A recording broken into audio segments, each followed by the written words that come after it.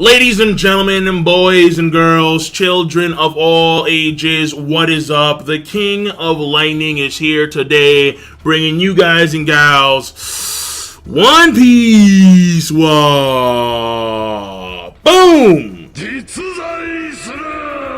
Yeah, One Piece Chapter 816 review. Now, as always, if you have not seen the live reaction to the chapter, there will be an annotation right here, as well as a link in the box below. Now, this week's chapter of One Piece. Ichiro Oda, you sexy little Asian man. Oh my goodness. I am convinced that Oda, he runs Japan.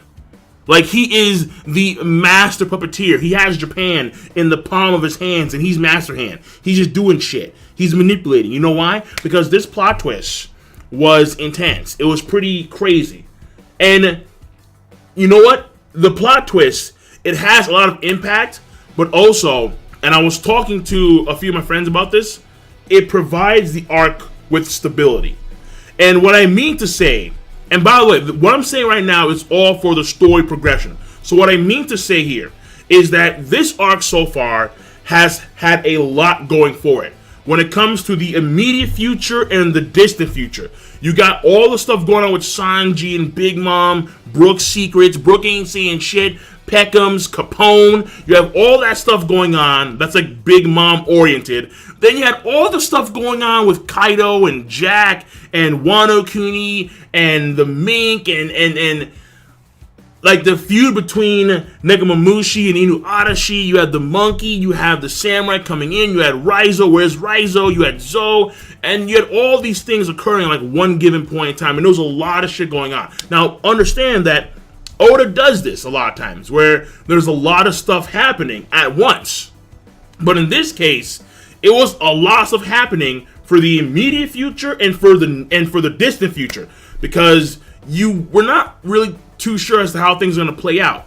However, when you reveal that the Mink flat out knew about Raizou, they were protecting Raizou, they still are, he's probably hidden somewhere on Zunisha, probably in like one of those giant stone pillar things somewhere, that's my assumption. We'll find out, we will find out. Given like 2 weeks time, because Oda's going on break, yay! Woo! He's going on break. He's going on break. He's going on break. Ah, God damn it. I mean, listen. I understand that he needs the break because the guy, he does look very hard. We're talking about like what? Like 4 hours of sleep a day? Yeah, like the guy needs his break. But like as a One Piece reader, it still doesn't make it like any easier for me because I'm like, oh God, I need more. I need more One Piece. I need my weekly. But,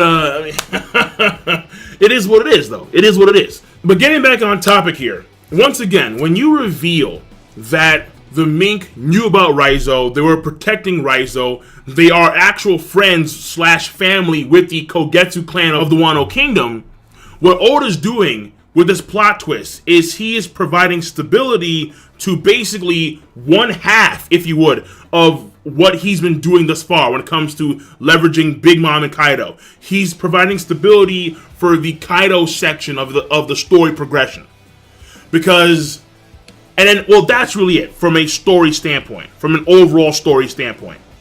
Now, when it comes to the details, they're very cool. So, because, again, they knew about Raizou, they were bullshitting Jack the entire time, therefore Jack knew, which to me is absolutely insane.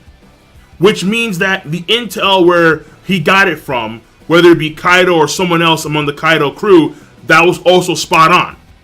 However, what's really cool about this whole plot twist is the fact that the Mink, they were willing to have their whole civilization wiped out.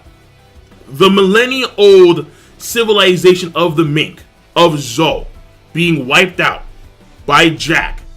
People had their limbs cut off. Nekomamushi had his arm basically stabbed off by Jack's men. And Inuarashi had like a slow grinding cut by Jack himself when it came to his leg. And they were still playing possum. They were still bullshitting like champions Amazing actors. The whole goddamn species. Amazing actors. Holy. That to me was raw. That was raw. That was legit. And that is amazing loyalty to the Kogetsu clan of the Wano Kingdom. Amazing loyalty. That's crazy. The mink, they honestly do deserve a round of applause. Because that's legit, dude. When you have your arm, like, stabbed off, when you have your leg sawed off, and you're still not selling out, Raizou, a warrior of the Wano Kingdom? My goodness, man. We are the champions, my friends. Ooh, and we'll keep on fighting till the end. Oh my God, bro. Ooh, yeah, that's crazy. So, again, the Ming, they did a very good job here. They did a fantastic job, and now we're going to be seeing a lot more stability when it comes to this section of the story. Pacing overall, simple, straightforward. We made very minor jumps, like maybe like a page worth of, like, let's say Frankie and Brooke and Robin. Oh shit, we done fucked up now. Yeah, you done fucked up now. I have to go after Kinemon and Kanjiro, and they're off in the forest somewhere. They wind up stumbling into their child Momonosuke because you have very, very bad, quote-unquote, babysitters. The Straw Hats, they don't know what the fuck they're doing apparently when it comes to managing kids. And then you have that to jump to Claw City, where everyone's like meeting up in Claw City. So the pacing overall, the pacing and the chapter structure is very simple, very straightforward. Now we have the last part, which is characterization. And for this, it's not like the main part of the chapter, in this chapter, but fact of the matter is that we do have some characterization for a character. So number one, you have Momonosuke. He left the gaze of the Straw Hats. Again, the worst babysitters in One Piece thus far. And the reason why he did so was because when he entered Zou, he was feeling uneasy to begin with. Like there was something off. Like he knew instinctively, somehow, some way, that something was amiss. He didn't feel right. Therefore, he stayed in his room the entire time. So that's kind of odd. How he knows that, like instinctively, I'm not too sure. But there's something going on there. So it's not major, but there's something going on that maybe hinted at when it comes to Momonosuke, like innate hockey ability, or it's something that he was told about before but didn't really understand until he was actually at Zou. I'm not too sure, but there's something going on there with Momonosuke nonetheless. That's number one.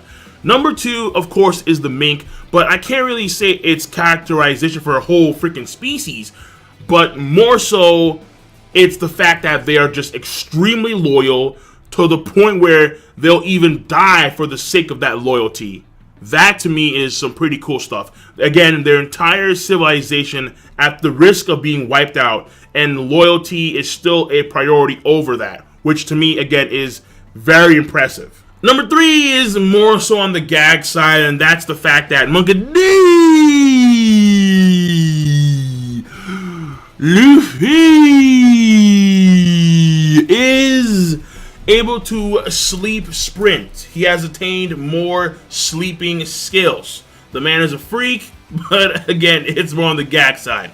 So that's number three. And number four, finally, the cherry on top of this delicious strawberry cheesecake that is One Piece chapter 816 is Kinemon.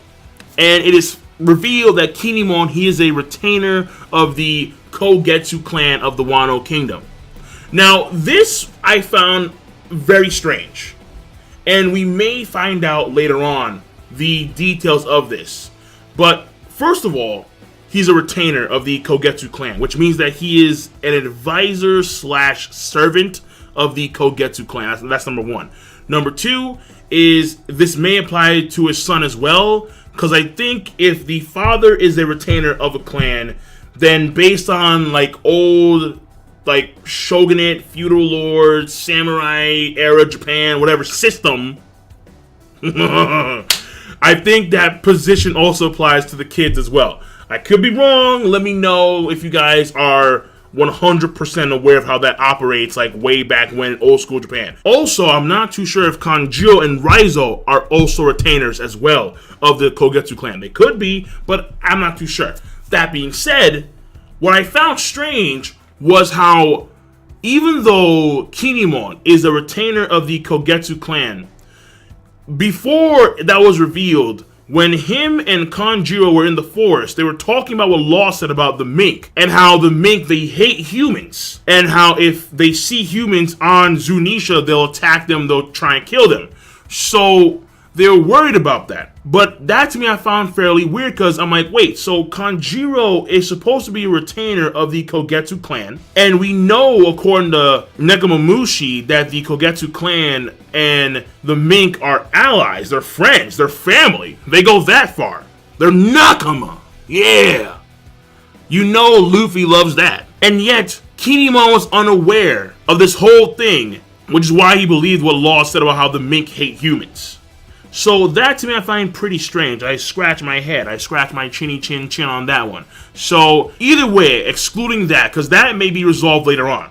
It may be. But I find it like it's a little bit of like a hiccup when it comes to the characterization of Kinemon. Regardless of that, though, the chapter, when you take into account everything else, the pacing is meh. The characterization is okay. Not bad. Not bad at all. The story progression's like, whoa. Therefore, the chapter rating is not a yeah. No. But it is an amazing chapter of One Piece, so I'm done. So, King Lightning, be sure to, of course, rate the video, comment, and subscribe as always. And I will see you guys and gals later. Peace! Have a nice goddamned day. Yeah.